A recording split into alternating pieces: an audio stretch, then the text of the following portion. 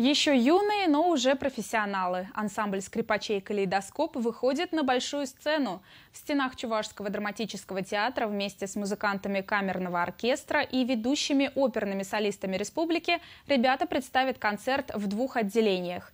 Ирина Ромадова заглянула на репетицию к исполнителям.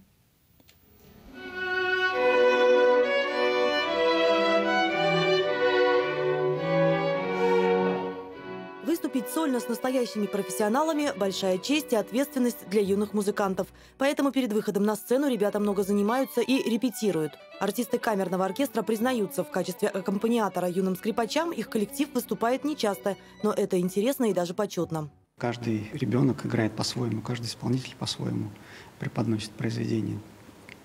И поэтому мы для себя открываем их как музыкантов тоже в каком-то смысле. К сожалению, наверное, не часто мы делаем подобные концерты. В основном к нам приезжают достаточно зрелые, опытные музыканты. Я хожу на концерты камерного оркестра очень часто, вообще ни один концерт не пропускаю. Мне очень нравятся солисты, которых они приглашают. Также я была на мастер-классах у этих солистов. Очень мне понравилось, мне очень нравятся их концерты. Почему скрипка? Просто это такой уникальный инструмент, он может и с голосом человека сравниться, но никакой другой инструмент не может передать такого звучания. Совместный концерт камерный оркестр готовит с ансамблем скрипачей «Калейдоскоп». К проекту с удовольствием подключились солисты театра оперы и балета Маргарита Финагентова, Татьяна Тайбахтина и Иван Снигирев. Они понимают, что для творческого роста юных талантов очень важно музицирование с профессионалами.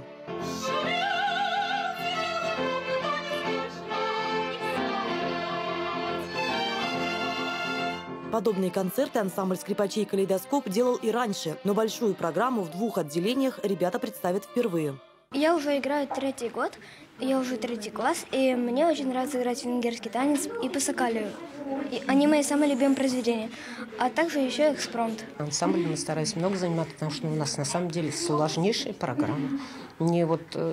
Нельзя скидку делать на то, что это маленькие дети, да? Они играют сложнейшую программу. А для того, чтобы сложнейшую программу поддерживать, для этого нужно просто заниматься.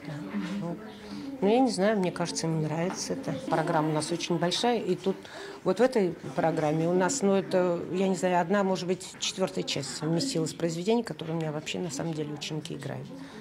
Старались отбирать самое интересное. Концерт состоится 10 декабря на сцене Чувашского драматического театра. Ирина Ромадова, Вадим Владимиров, Вести, Чебоксары.